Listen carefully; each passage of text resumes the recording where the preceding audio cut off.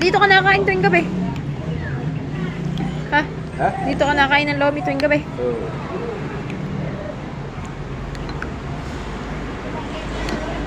Talagang oras na niya, ano? Ewan ko kung mabubuhay. Ba't di na ba na ano? Parang wala, mahina lang niya. Oo.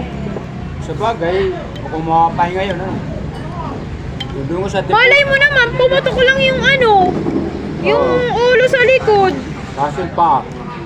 Balian, ano? Si Jem nga nung na-aksidente rin yun dun sa may kay Castle B sa ano eh. Dahil ganun, Putok talaga yung likod ng ganito nun ah. Dugo din ang ano nun eh. Dugo din ang likod ang ano nun. Dumating ako sa ospital, ano na yun eh, tahi na yung ulo sa likod. Gawa na't yun nga ang pumutok sa kanya. baka naman mabuhay pa.